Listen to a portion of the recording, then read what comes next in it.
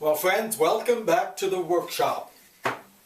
You know, once you start doing some woodworking, and word gets around, you're going to be asked to do all kinds of different things. Now, recently, I was asked to repair a hole in a wall. Now, not drywall hole, not plaster, a wood wall, a wood clad on the interior with matched boarding. Wood that has a groove on one side, a tongue on the other, that fastens together. It just snaps together and is nailed on. And it has a little bead decoration on the edge. Now, often we'll call this tongue and groove boarding nowadays, but it was traditionally called matched boarding. And the traditional way to do this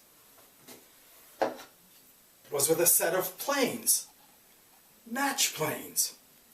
One plane designed to cut the groove, one plane designed to leave a tongue on the edge of the boarding, like so. Now, if I had a set of planes of the right size to do the job I needed to do, that would have been wonderful. These planes are so fast, so light, so easy to set up. But that's not how jobs go in the real world. The job I had to do was to make this kind of match boarding. Very small little tongue, small groove, and the wood itself is kind of interesting. The wood was eastern hemlock. Now, eastern hemlock's a wood here in eastern North America that can be very flashy grained. I don't know if you can have a good sight of that. It's a wood that's distantly related to Douglas fir. It looks a lot like Douglas fir, but much softer, light colored. Not everybody's favorite wood to work, but 100 years ago it was very popular for closing in spaces, very decorative wood when it's finished up. So I had to make some matched boarding out of hemlock. Now, it's just a whole lot of ordinary woodworking. To make a board of the right width, the right thickness, nice square edges. But then we have to put tongue and groove on them. Now, I've already shot the groove. That's standard stuff. We've done that before, and you can go have a look at that. But we're going to do something a little different with the tongue, because it's not a size that I have a plane to match. However, we have Victorian engineering that's going to bail us out of this problem. Good old Stanley 45. Stanley 45, we've talked about it before. It's a combination plane. It can do a lot of things. Just doesn't do them as well as a dedicated plane. It's heavy, it's cumbersome, it takes time to set up, but it can bail you out of a problem. Now, the groove, as I said, we've already done that. That's very simple. But to plane in the tongue, that's a little more complicated. But before I do that, you notice this wood is very, a great deal of discrepancy between the summer and the spring growth. Very hard summer growth, very soft spring growth. It gives it a kind of grainy texture. But it's not the most fun wood to work.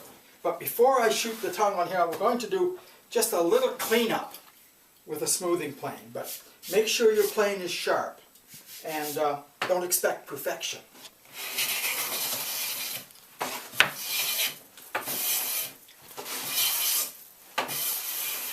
And that's what you want, just little thin little shavings.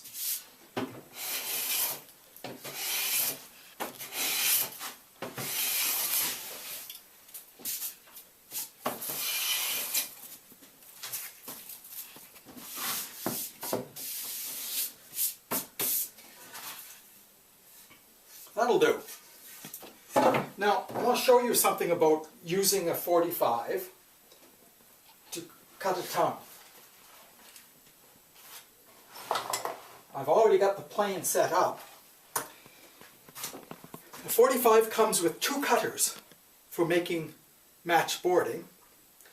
You can see that the plane cuts on the sides, has a gap in the middle of the cutter.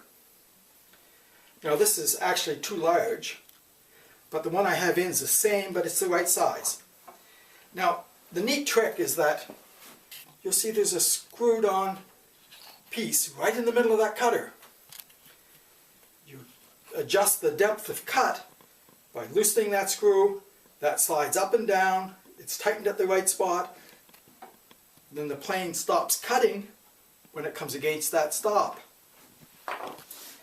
Just in the same way, with the wooden plane, it stops cutting as soon as the tongue bottoms out in the plane.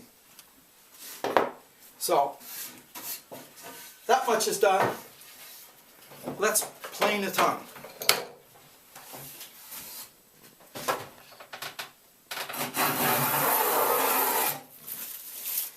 Make double shavings.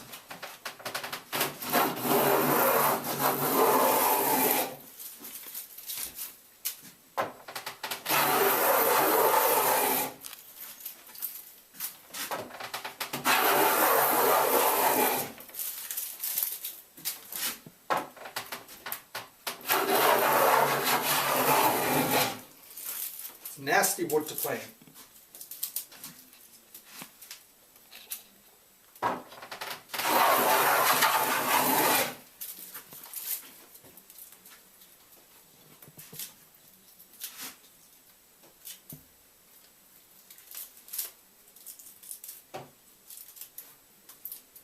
The screw that sets the depth is also a bit of a focus for jamming up.